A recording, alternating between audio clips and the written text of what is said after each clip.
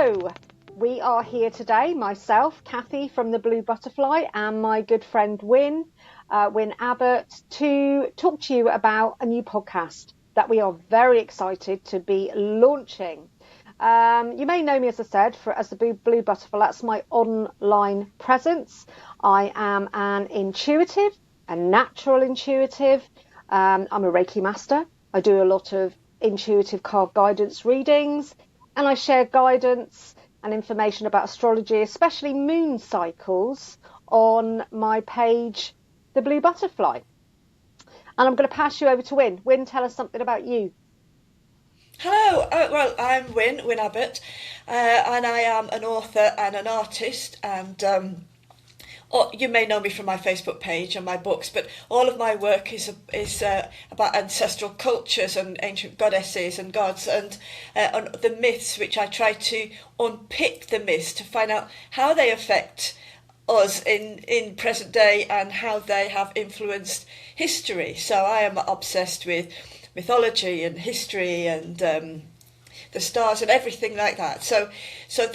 So you probably know about if you follow me on my Facebook, but together we've got a lot of different knowledge that we're going to enmesh together, and we are looking forward to talking to you. But I think that Kathy, you've got a lot of experience and a lot of knowledge. You are an intuitive and you're a Reiki healer. I mean, what sorts of things are you looking for in the podcast?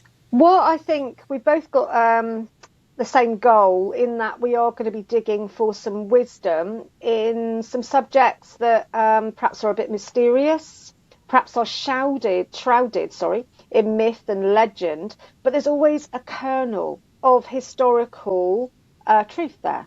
And because I'm a real history geek and I love to research and find things out, especially about obscure historical things, and with your wisdom about, the ancient gods and goddesses, and my strong belief in that we are all connected to everything. We've kind of lost that. So if we trace back, we can rediscover our ancestors, we rediscover ourselves, don't we? Yeah, we do. I'm completely with you there, because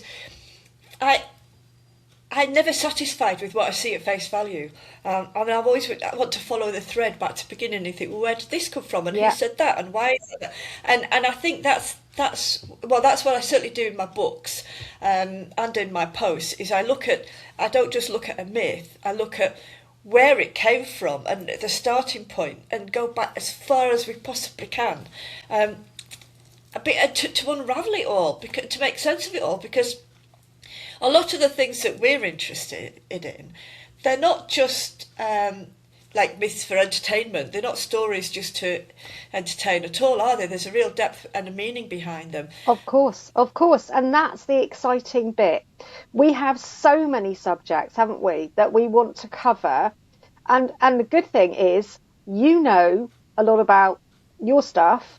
I know a bit more about my stuff. So we're actually going to be questioning each other, and even possibly disagreeing now and again, which I think is healthy, because how do we find out knowledge if we don't research it and question it? Well, I think that's a really good point, because certainly when I'm doing my books, I like to go back to the earliest records that we possibly have. But stories and myths, they're fluid, aren't they? So you can read something on the internet or in a book, and because it's there in writing, you think that is it. That's what it happens. And then you find out that actually that's not quite exactly how it was, or that there are numerous versions on that story or myth.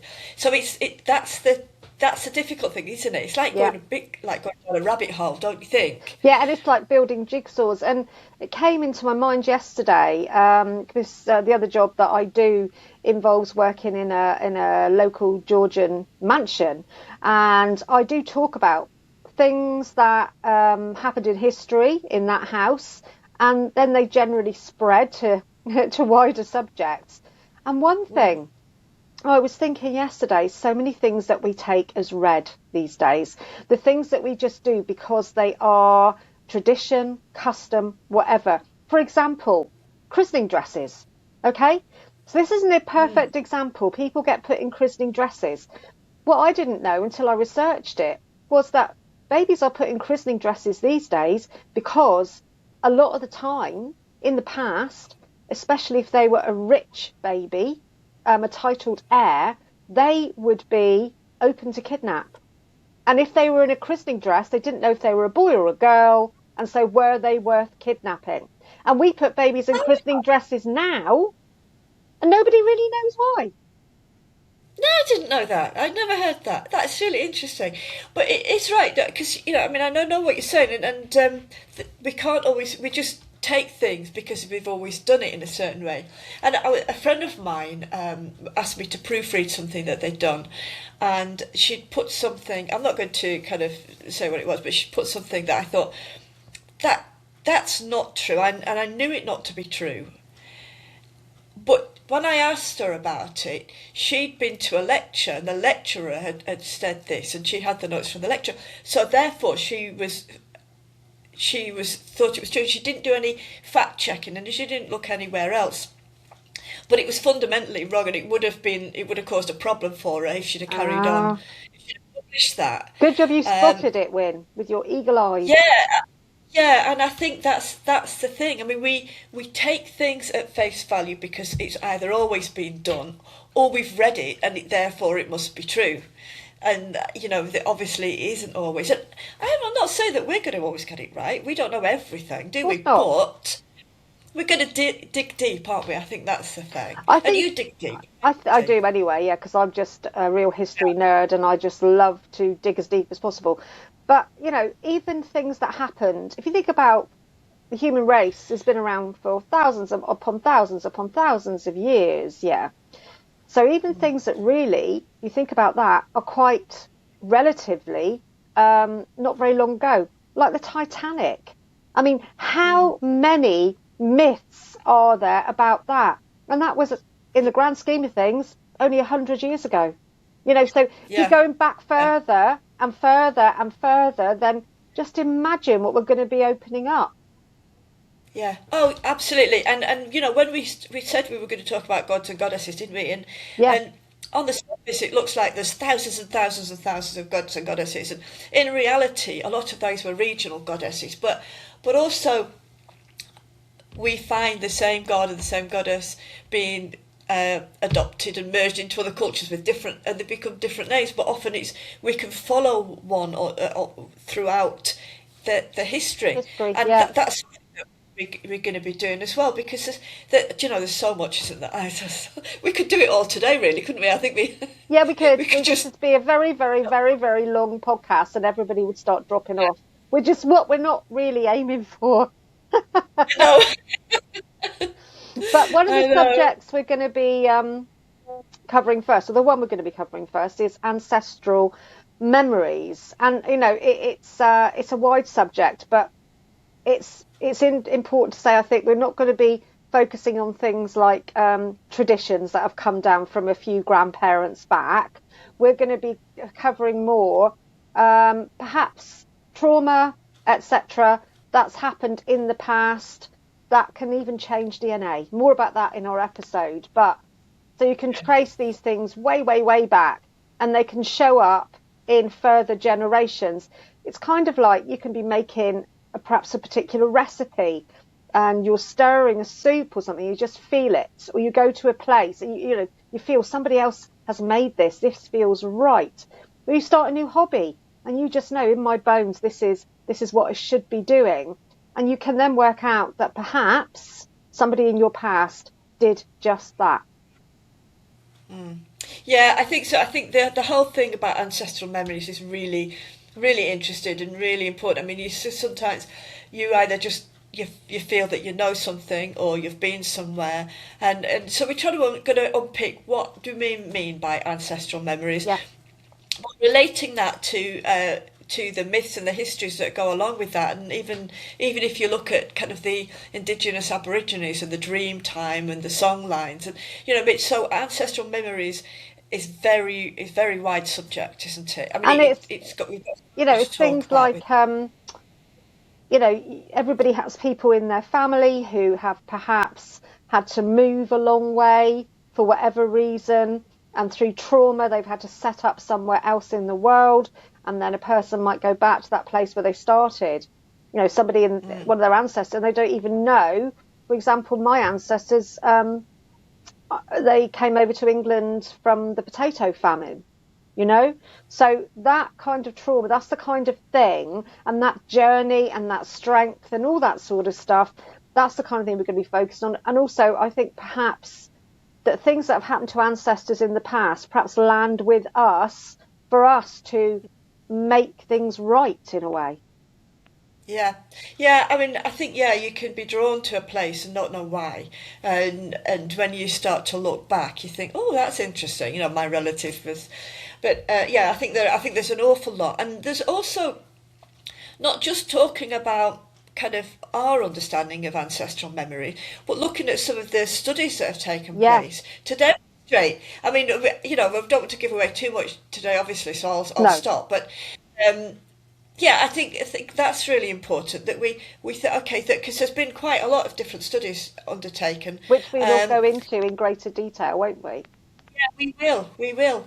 So our first podcast is going to be on ancestral memories, and yes, I mean we will talk about some of the research and some of the more up to date stuff, but we'll go again. We're going to go way back, aren't we? We'll go back as far as we can, but And also, yeah, I think thinking about as well, how the ancients really celebrated their ancestral memories.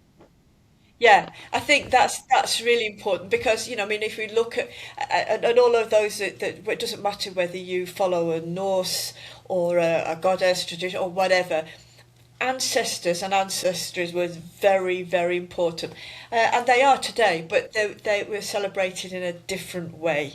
And you only need to look at Samhain, don't you, and look at Yeah, the we're not. rituals The thing around. is, I think we kind of lost touch with the ancestors because we're not very good at death.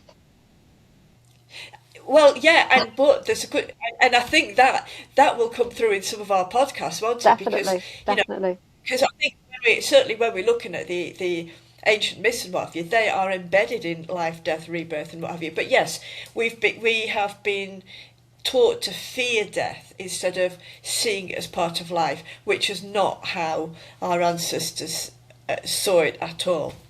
But We have many so, other episodes, though. We're going to be talking about so many things. We're going to be talking uh, about astrological subjects, for example, the astrological. I can't speak. Astrological ages, also moon cycles, how our ancestors and even farmers now work with the seasons, and how perhaps tribes in the past knew about yeah. astrology before we thought anybody had any inkling about it. And the gods and goddesses, we've got a lot of information about that. There's so much to come. We've got so much to come indeed. So we are expecting our first podcast to launch in May, and if you want to, it's going to be available on Spotify, Apple Podcast, and YouTube, plus our Facebook pages. We'll be posting links on there, and at the end of this, we will put our links to both of our pages on. If you follow me and you don't know about Kathy, then go and over to her page and say hello, and And vice vice versa. versa. Yeah. Yeah, vice versa. So we were, so yeah, so we really hope that we're going to get lots of you joining along, and feel free to, when we post on our Facebook, comment or say, would, if there's a particular god, goddess, or myth or whatever you would like us to talk about, then do that. But put it on, and we certainly, add it to our ever long list, which is getting longer and longer. But yeah, so. Thank you for listening to us so far, and really hope you'll join us. And we promise to make it fascinating and interesting and deep. And I think that's what we want to do is to get that knowledge and to hear from you as well. So We're we're finding the looking forward truth. to it. We're finding the truth in the Yeah, myths and legends that go together to make yeah, up who civilization, what civilization is, and where we're going. yeah, absolutely. So keep following, keep watching our Facebook pages, and click on the links at the end of this video. Okay? Thank you. Goodbye for now, and look forward to seeing you when we launch the Wise Women podcast. Okay, bye.